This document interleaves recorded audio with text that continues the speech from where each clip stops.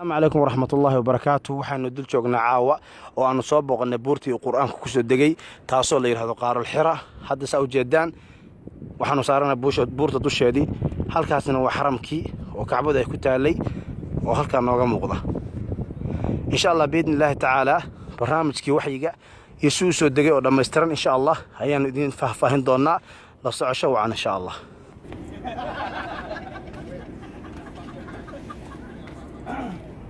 إن شاء الله بإذن الله تعالى قارو الحرة وحلو مرة لوقا كان لوق آدو عريريا مركز صباح إن شاء الله بإذن الله وأوجد بيننا وحنا سكودينا هنا إن شاء الله أي نمرنا مركز تعبا أو النبي محمد صلى الله عليه وسلم إلى نمرنا أي سكودينا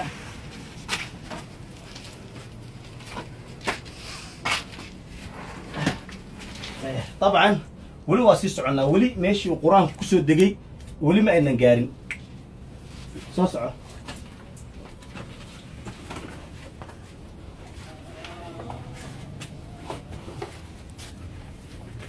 صوصعه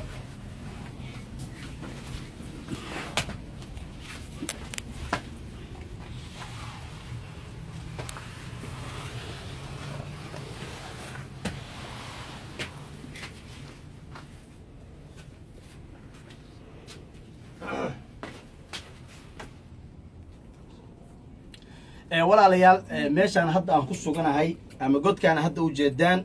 waa god waxa weeye magaciisa la yiraahdo qaarul xira ayaa la yiraahdaa. rasuulku sallallahu alayhi wasallam intuusan nabi noqon ka hor ayuu meeshatan iska imaan jiray isaga oo ka fakaraya ilaahay samadan iyo dhulkaan khalqay iyo ilaahay subxaanahu wa ta'ala sida uu koonkaan u khalqay isaga oo ka fakarsan habeenada kamid ah oo ay tahay bil ramadaan ayaa waxa uu yimi halakan isagoo jooga.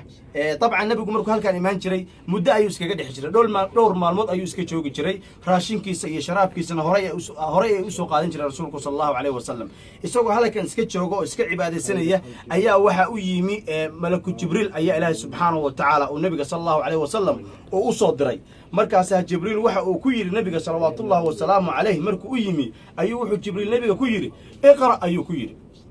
markaas ayuu rasuulku sallallahu alayhi wasallam waxa uu yiri أخي بكوير ولكن ما أنا بقارئ يا أخي بكوير وحنا ما أخري وحنا ما قرأ مركز كوير مرلبات أيوه كوير اقرأ وأخرنا ساي أخري أيوه كوير مركز كوير ما أنا بقارئ يا أخي مركز كوير هذا اقرأ وأخرنا ساي أخري مركز أيوه وحوي وأخري جبريل ووحو كوير واحد هذا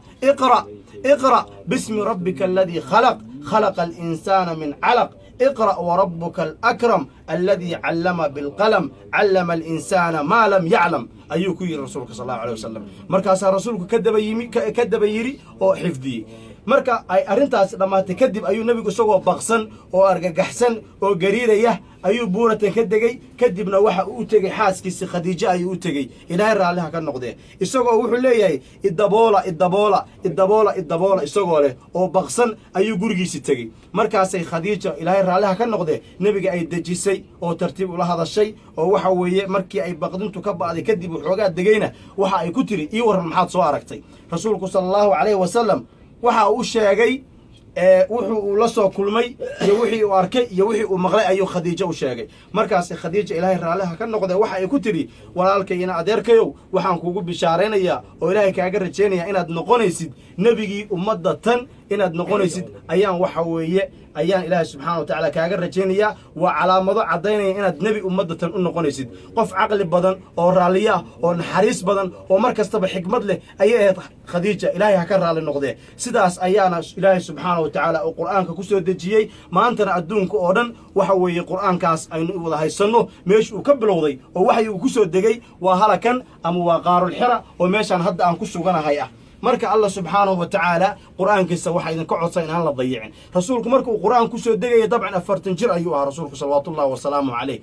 إن شاء الله بإذن الله تعالى إلهي وحن قبرينا قف كست أو مسلنا أو كتابك إلهي حفظية أو قرآنك إلهي حفظية إنه إلهي وقدق قرآنك كيو شفع قادلها إنه إلهي سبحانه وتعالى وقدق لها قرآنك كيو وحوي جنة وقد بلها ودرجة وقصرية وكفول لها أيان الله وقرجينها سبحانه وتعالى قف كست أو فيديوغان ولا ليس كلا أسي شير قرية أو مسلمين تجارسية أو تصمي شيء وحي وقصد دقينا إلهي وحن قبريها سبحانه وتعالى إنه حافظ القرآن كدقه وإلهي أجري حسنات وكسيه khayrka iyo dacwada fidinteeda ayaan alla subxaanahu wa tacaala uga rajaynaya dhammaantiinna waxaan idinka codsanaya inayd qur-aanka ilaahay dayicin oo qur-aanka ilaahay la akhriyo oo maalin ilaahay keeno la isku dayo inaad xataa waxa weeye dhowr aayadood aad kalaamka ilaahay walaalayaal ka akhridaan ilaahay subxaanahu wa tacaala ajar iyo xasanad aan la soo koobi karin ha idinka siiyo inta ay daawanayseen fideogaanna usii shargara walaalahaga kaloo muslimiinta ah ilaahayna innagii kulligeenba haynoo ka dhigo sadaqa jaariya cid kasta oo qisadan waxyiga ah waxa weeye ee barnaamijkeenna kan ku daawata waxaana weeye khayr baa idin rajaynayaa